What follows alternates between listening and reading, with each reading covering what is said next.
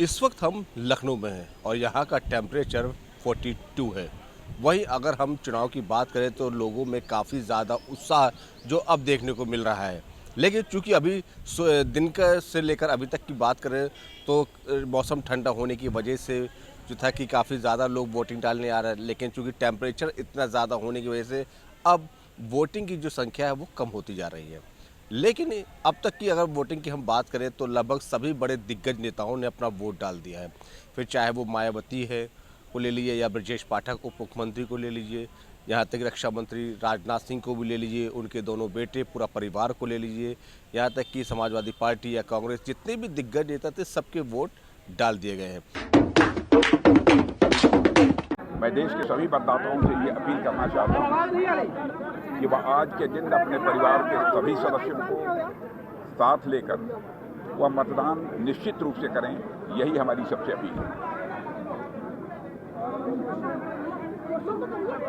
और कोई बात पूछनी नहीं है ना? हो गया?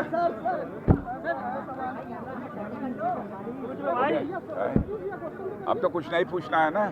ठीक है। क्या उम्मीद है बीजेपी को? चरण है, क्या उम्मीद है बीजेपी को? कैसा जा रहा है? अब देखिए, फैसला तो जनता के हाथों में है, लेकिन हम लोगों का एनडीए का संकल्प 400 प्लस का। नहीं, अब सीटों के बारे में कोई प्रेडिक्ट मैं नहीं करना चाहूँगा इस समय। करती हूँ कि वो भी अपना वोट डालने जरूर अपने अपने पोलिंग बूथ पर जाएं। हालांकि मैं जब भी जिस भी चरण में वोटिंग होता है तो मैं हमेशा यही अनुरोध करती हूँ कि जलपान आदि आप बाद में करें, पहले अपना वोट डालने के लिए जरूर जाएं। तो यही मेरी दरखास्त अपील है। और इसके साथ ही मैं ये भी कहना चाहूँगी कि ये जो इलेक्शन हो रहा है तो ये इस बार हमें ये देखने के लिए मिल रहा है, सुनने के लिए भी मिल रहा है, आम चर्चा है कि जो ये चुनाव, जैसे पूर्व में चुनाव देश और जनहित के मुद्दों को लेके होते थे, लेकिन इस बार देश व जनहित के मुद्दों पर कम चुनाव हो रहा है। आरोप और प्रत्यारोप एक दूसरे पर ज्यादा लगाए जा रहे हैं। ये देश में जनहित में ठीक नहीं है। इसलिए मेरी सभी पार्टियों को ये कहना है कि उनको देश और जनहित के जो मुद्दे हैं उनको प्राथमिकता देनी चाहिए। क्या लग रहा है कितनी सीटें आ रही हैं इस बार बहुजन समाज पार्टी की? देखो, ऐसा है, अभी तो वोट पड़ रहा है 5वें चरण का, अभी 2 चरण और बचे हुए हैं। तो वोट पड़ जाने तो जब रिजल्ट आ जाएगा, ये जो भाजपा 400 पार का दावा कर रही है, जब रिजल्ट आएगा तो दूध का दूध और पानी ये का जो पानी भाजपा हो 400 जाएगा। पार का दावा कर रही है मैम, आप इसको कैसे देखती हैं? देखो, हर पार्टी अपना दावा करती है, कोई भी हो, चाहे बीजेपी है, कांग्रेस है, सभी पार्टियां दावा करती हैं कि हम सरकार बना रहे हैं। लेकिन जब रिजल्ट आएगा तब मालूम पड़ेगा कि सरकार कौन सी पार्टी बना रही है और किस पार्टी को कितनी सीटें इंडिया गठबंधन लगातार ये कह रहा है कि हम लोग बढ़त की ओर बढ़ रहे हैं। आप इसको कैसे देखती हैं? क्या चीज? इंडिया गठबंधन कह रहा है कि इस बार हम लोग सरकार बनाने जा रहे हैं। अभी ये तो पिछली बार भी बोल रहे थे जब पार्लियामेंट का चुनाव हो रहा था जी। हर चुनाव में बोलते हैं, ये तो रिजल्ट बताएगा ना। आप तो कई रैलियों में पहुंचती हैं, क्या माहौल देख रही हैं अपनी पार्टी ऐसा का? है कि मैं अकेले उत्तर प्रदेश में नहीं, पूरे देश में मैं जा रही हूँ जी। और मैंने अभी जैसे 23 तारीख को मेरा प्रोग्राम मिर्जापुर में भी है। इसके बाद फिर मैं बिहार जा रही हूँ जी। और अगले दिन 24 तारीख को फिर मैं पंजाब भी जा रही हूँ। ऐसा तो मैंने ये महसूस किया है, मैं अपनी पार्टी का बता रही हूँ कि लोगों में काफी जोश है।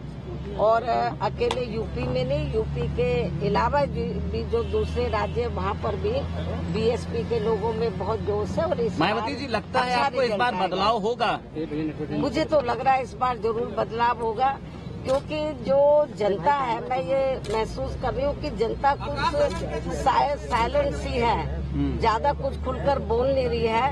वो ये सब देख रही है कि ये क्या हो रहा है। अच्छा, आकाश आनंद को हटाया गया तो बड़ा विपक्ष ने हंगामा किया, आपको क्या लगता है कि क्या किसी दबाव में हटाया गया या आगे ऐसा के लिए? है, इसके बारे में मैं ट्वीट कर चुकी हूँ, इसके अलावा मैं कुछ और नहीं कहना चाहती। नहीं, भाजपा के जो वो लोग हैं उनका कहना ये है कि देखो ऐसा, इसके बारे में कौन क्या कह रहा है जी, मुझे उससे कोई लेना देना नहीं। इस संबंध में मैं ट्वीट कर चुकी हूँ। मैं लखनऊ की जनता से अपील करती हूँ कि निकलिए घर से और मतदान करिए। आपका वोट बहुत अमूल्य है।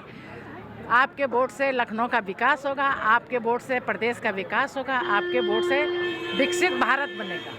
मैम, एक तरफ समाजवादी पार्टी के प्रत्याशी रविदास मल्होत्रा, वो तो कह रहे भारतीय जनता पार्टी को वोट नहीं लगाएगा। अब ये तो 4 तारीख बताएगा कि वोट समाजवादी को पड़ा है कि हमको पड़ा है।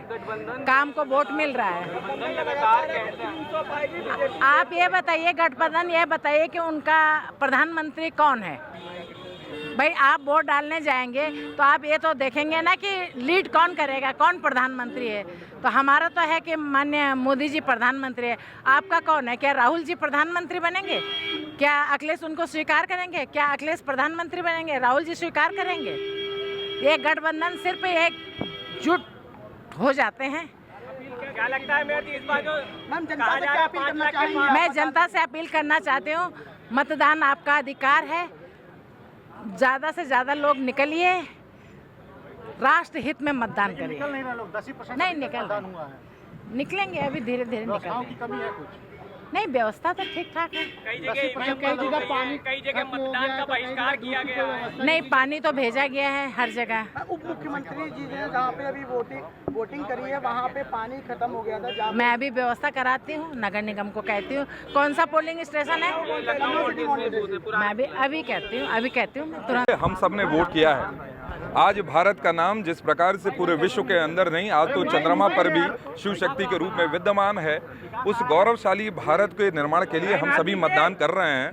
400 कमल जो माननीय मोदी जी के झोली में पूरे भारत से जाएंगे तो सबसे चमकता दमकता कमल हमारे इस लखनऊ से जाएगा, मुझे पूरा विश्वास है।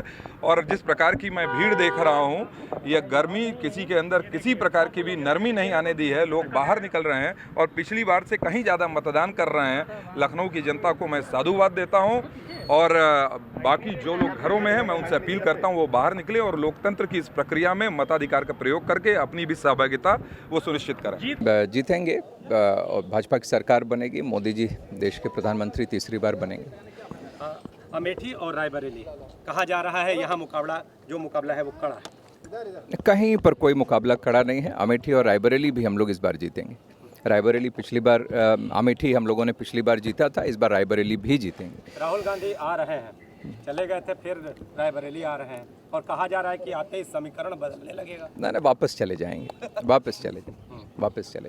जैसा कि आप देख रहे हैं, हमारा विद्यालय जो है मॉडल पोलिंग बूथ है और यहाँ हम लोगों ने पूरी कोशिश की है कि जितने भी वोटर्स यहाँ पर आ रहे हैं उन्हें किसी भी तरह की परेशानी ना हो। और जगह जगह पे पानी की व्यवस्था है। जो हमारे बच्चे भी ड्यूटी पे लगे हुए हैं, जो ओल्ड पीपल हैं उनके लिए व्हील चेयर की व्यवस्था है और उनको बच्चे जो है वो अपने साथ ले जा रहे हैं पोलिंग बूथ में ताकि उन्हें कोई दिक्कत ना हो। मेडिसिन की व्यवस्था है यहाँ पर और सबके बैठने की, रिफ़्रेशमेंट्स की व्यवस्था है।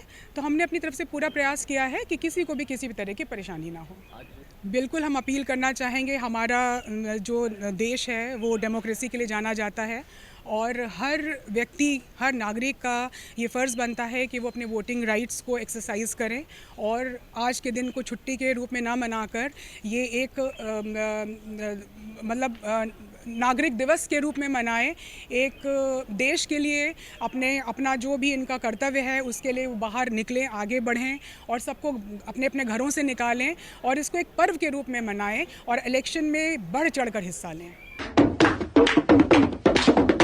अब देखना ये होगा कि इस लोकसभा चुनाव में लखनऊ का जो ताज है वो किसके सर पर सजता है। वीडियो जर्नलिस्ट विशाल के साथ देवेंद्र प्रताप सिंह, प्रभात साक्षी न्यूज़, लखनऊ। अगर आप भी लेना चाहते हैं देश दुनिया की तमाम जानकारी तो आज ही सब्सक्राइब करें हमारे चैनल को। साथ ही नीचे दिए बेल आइकन को जरूर दबाएं ताकि हर अपडेट आप तक पहुंच सके।